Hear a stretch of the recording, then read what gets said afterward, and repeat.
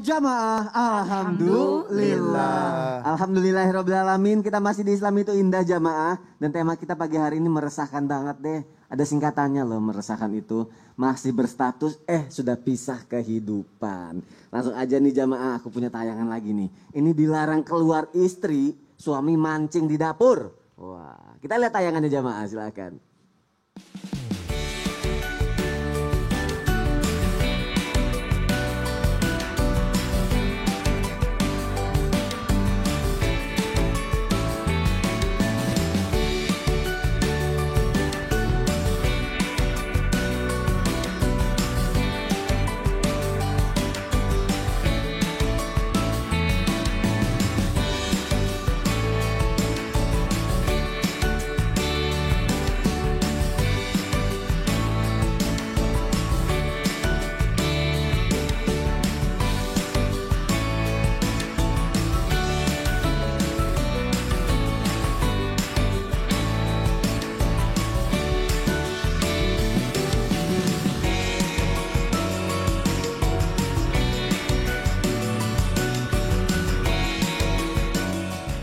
Ada sebuah hal nih, benar nggak nih ya, yang mampu menyita waktu, bahkan bisa mengurangi keberkahan waktu dalam rumah tangga, bahkan membuat suami istri tuh makin berjarak hubungannya karena jarang bertemu. Apa itu? Kita tanya sama Habib Usman. Apa itu, Bib? Silakan, Bib. Bismillahirrahmanirrahim. Allahumma salli ala Sayyidina Muhammad wa ala ali Sayyidina Muhammad. Rasulullah Shallallahu Alaihi Wasallam itu kalau mau pergian keluar kota, Rasulullah pasti akan mengundi mana istrinya yang ikut. Dan alhamdulillah Rasulullah SAW ketika berpergian pasti mengajak istrinya.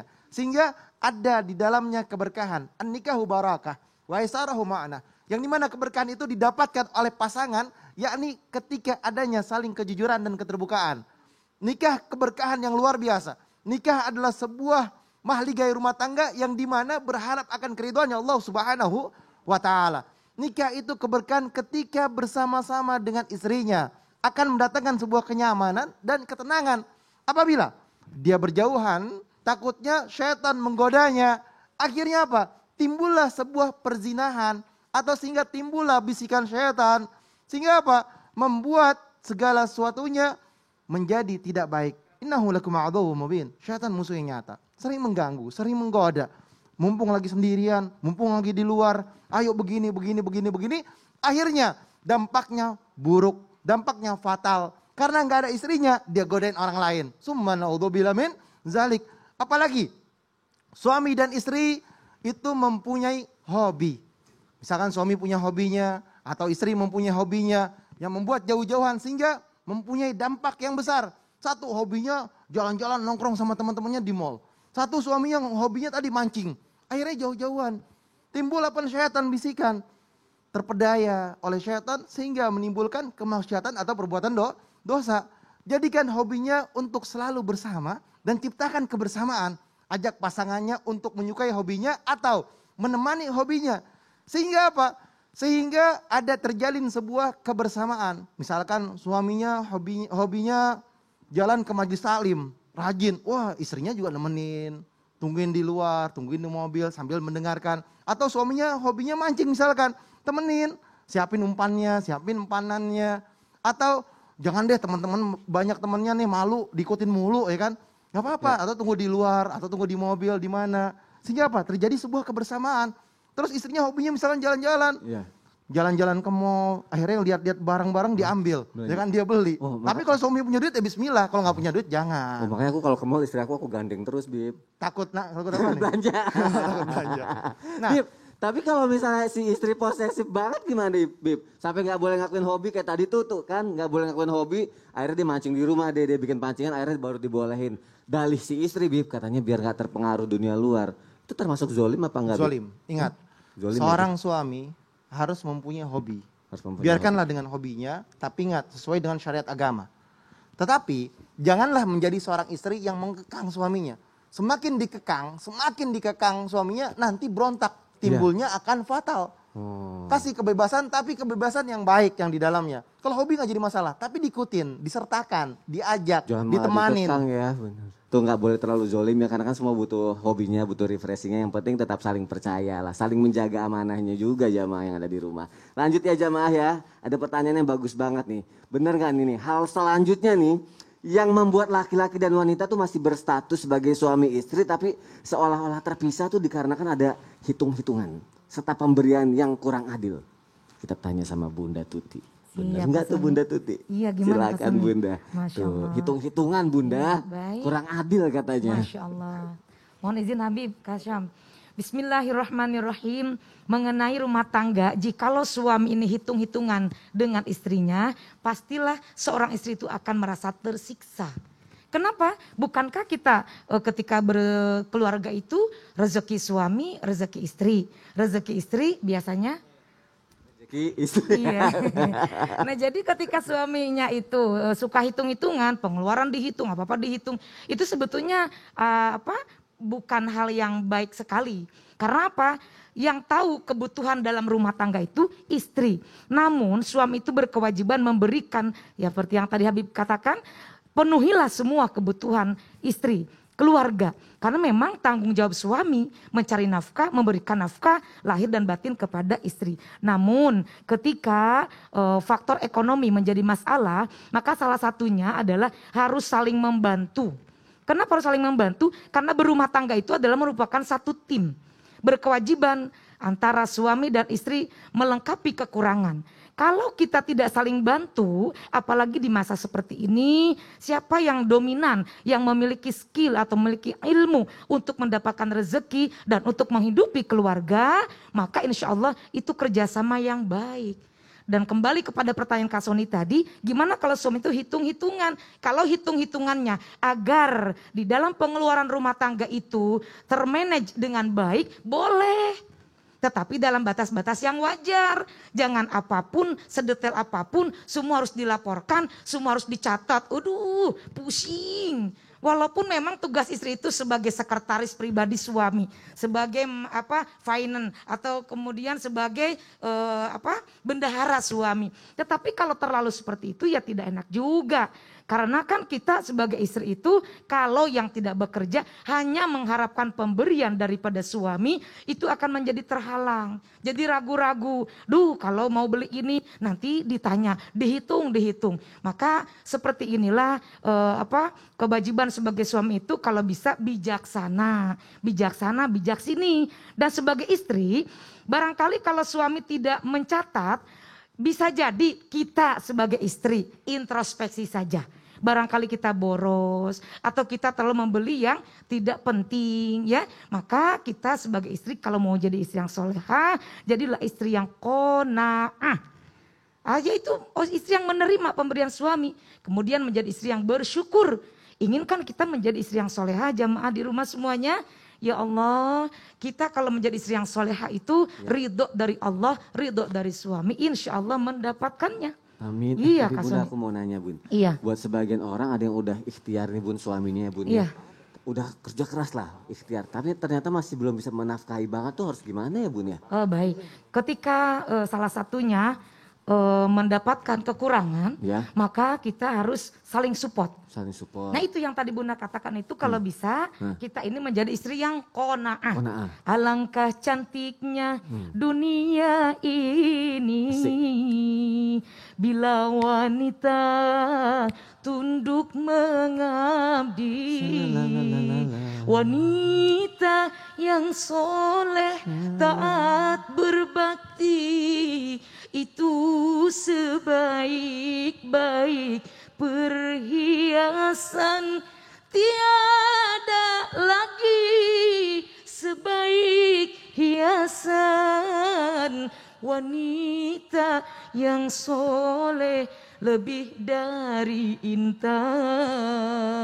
Masya Nah, Allah. kalau mau jadi istri yang solehah, jadilah istri yang sabar, menerima kekurangan daripada suami. Jangan mengeluh, jangan menggerutu, cari solusi terbaik. Jangan saling mengandalkan. Kalau suami terpuruk, kita yang bangkit. Ketika kita yang bangkit, suami yang mendukung. Sekarang ini sudah zaman teknologi.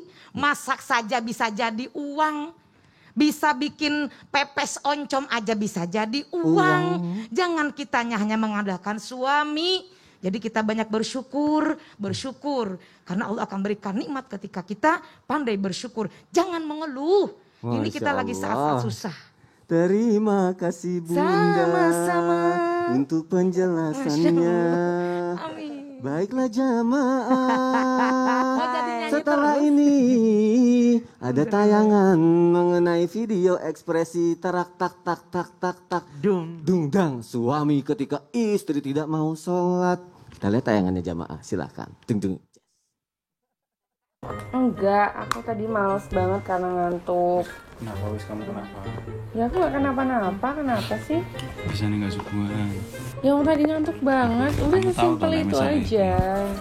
Kamu kan tahu toh, nak ninggal sholat wajib sengaja, tahu toh. Itu kan bukan hal remeh. Karena aku gak sengaja, orang aku ketiduran lagi. Kamu tadi udah tak bangunin. Lah habis itu ketiduran, ya aku gak tahu toh. Kamu sengaja apa enggak? Ya gak sengaja. Kalau nggak sengaja sekarang kodo dulu. Nanti aja. Ya sekarang toh. Nanti aja. Lah kenapa? Nanti nek di jalan tabrakan mati. Kamu masih punya utang sholat. Ya aku gak sengaja. Kalau nggak sengaja makanya sekarang dikodo. Orang sengaja aja harus diganti. Ayo berangkat Kenapa sih kamu kenapa? Apa? Sweet banget tuh kalau gitu. Nanti kalau misalnya di jalan tabrakan mati gimana? Oh istri masih kayak gini. Kalau istri aku, kalau nanti di jalan tabrakan mati bagaimana? Lu nyumpahin gue, lu pengen gue mati, gitu. Pantes gue bilang sweet banget. Aku tuh kayak kenapa video kayak gini bilang sweet banget. Ternyata ada yang lebih nggak enak daripada itu ya. Kontras kehidupannya ya. Subhanallah. Aku heran kok komentarnya sweet banget gitu. Sam, jangan lupa jangan lupa di note. Biar istrinya nonton. Terus nonton nih jangan dipotong ya. Harus nonton, jangan dipotong. Baik, Ustadz Syam ada pertanyaan nih Ustadz, yang jamaah juga pengen tahu nih. Benar ada hal selanjutnya nih yang membuat laki-laki dan wanita masih berstatus sebagai suami istri dibutuhkan kesadaran diri dari masing-masing ya. Karena ada kaitannya nih dengan keutuhan rumah tangganya nih, kesadaran dirinya nih. Maksudnya seperti apa? Hal apa itu Ustadz Syam, kesadaran dirinya Ustadz? Baik, bismillahirrahmanirrahim.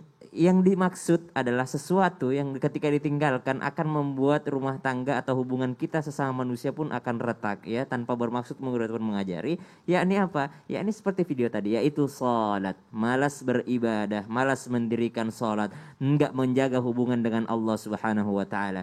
Dalam riwayat disebutkan ulama kita mengajarkan jangan pernah menaruh hati atau jangan engkau mau berhubungan dengan orang yang tidak menjaga hubungannya dengan Allah. Kalau Allah saja dia tinggalkan apalagi dirimu. Kalau Allah saja dia tinggalkan apalagi engkau yang hanya manusia. Tuhannya saja dia tidak jaga apalagi dirimu. Dalam Al-Qur'an ba'da naqul a'udzubillahi minasyaitonir rajim. حافظوا على الصلوات والصلاة الوسطى وقوموا لله قانتين.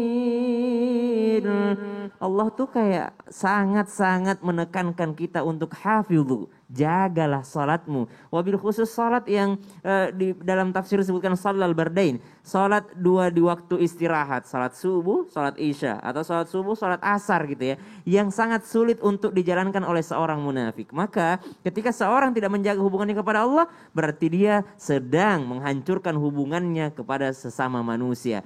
Lalu ada yang mengatakan, oh tetangga aku Ustadz nggak pernah sholat suaminya tapi harmonis aja. Aku dua tuh suamiku juga tahajud tapi kita berantem mulu. Itu gimana tuh?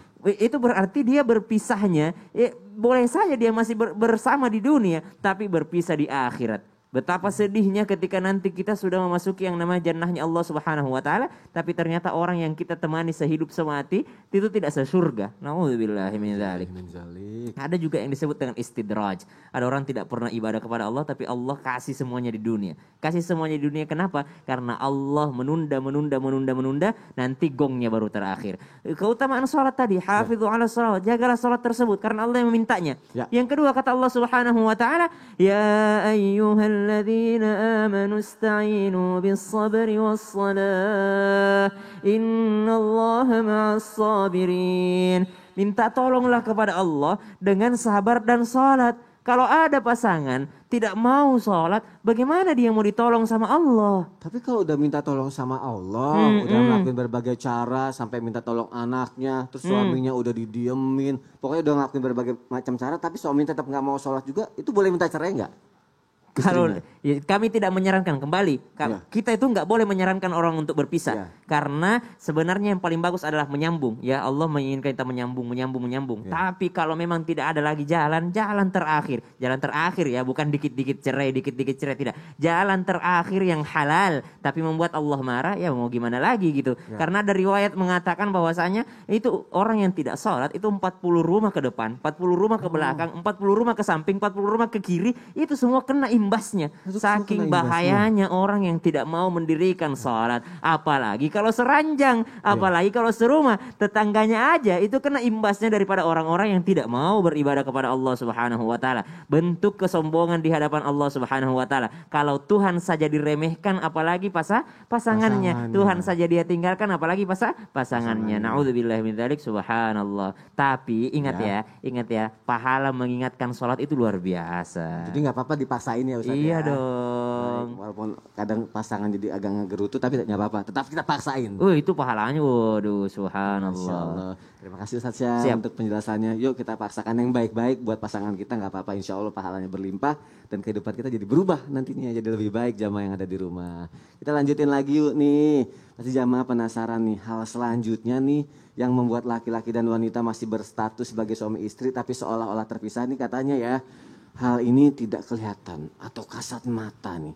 Ini aku penasaran nih ada hubungannya dengan pertanyaan Ustadz Syam tadi kah, Habib Usman kah? Mengenai sihir kah, guna-guna kah Habib Usman? Ini pertanyaan Ustaz Syam tadi nih. Iya. Ini menarik. Menarik sekali. Orang-orang udah pada ngubungin tadi tuh, udah Iya, pakai udah handphone di-share tuh, udah di-share. Udah pada kumpul nih, udah pada Udah pada kumpul. siap tuh, udah nunggu jawabannya Bib. Jadi silakan Habib Akhir, Usman Afwan. bin Yahya, Afwan, silakan. Bismillahirrahmanirrahim. Allahumma sholli ala Sayyidina Muhammad wa ala ali Sayyidina Muhammad. Ini juga yang harus dijaga dan harus diperhatikan daripada gangguan jin dan manusia. Bismillahirrahmanirrahim. Qul a'udzu birabbin nas, malikin nas, ilahin nas, min syarril waswasil khannas, alladzi yuwaswisu fi sudurin nasi minal jinnati wan nas. Jelas, jangan sampai rumah tangga kita diganggu karena adanya guna-guna, sihir dan lain sebagainya. Akhirnya terjadilah sebuah perpisahan. Jadi kalau misalkan kita mempunyai seorang istri atau kita mempunyai suami, perbuatan kita harus diperhatikan nih. Jangan sampai kita ini terkena daripada dampak sihir tersebut. Jadi jagalah perkataan dan perbuatan istri kita atau suami kita terhadap orang lain. Jangan sampai buat dia sakit hati. Jangan sampai dia buat kesal. Jangan sampai dia akhirnya melakukan perbuatan untuk diseluh lah, santet lah, sihir lah, guna-guna lah. Jangan. Kita harus berkata-kata baik, berperilaku baik, beradab yang baik. Dan juga janganlah suka mencantet orang atau menyihir orang. Dosa besar. Nggak boleh. Sihir ini adalah perbuatan yang dimana perbuatan yang tidak dibenarkan di dalam agama. Ingat, kalau seperti itu, misalkan kita diguna-guna, ini cara biar tidak diguna-guna ataupun disihir oleh orang lain. Maka oleh karena itu rumah tangga yang baik, rumah tangga yang ingin mendapatkan ketenangan, sakinah, mawaddah, warahmah, gangguan daripada jin dan ataupun manusia, maka memperbanyaklah membaca Al-Quran di rumahnya.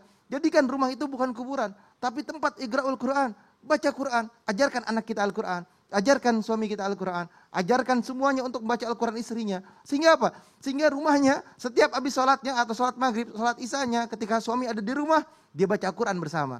Dia igra'ul Quran, menanamkan rumahnya dengan Al-Quran, sholat berjamaah, baca Ratibul Haddad atau Ratibul Atos, dengan tujuan untuk menjaga dirinya, benteng tamengnya tidak tembus daripada sihir ataupun gangguan daripada guna-guna teluh, santet, dan lain sebagainya. Terima kasih Habib Usman bin Yahya untuk Khair, penjelasannya. Jamaah kita lanjutin lagi setelah yang satu ini. Nah nanti kita akan menjawab pertanyaan yang sudah masuk ke media sosial Islam itu indah. Kita juga akan berdoa bersama-sama jamaah. Makanya jangan kemana-mana, tetap di Islam itu indah. Jamaah, oh jamaah, alhamdulillah.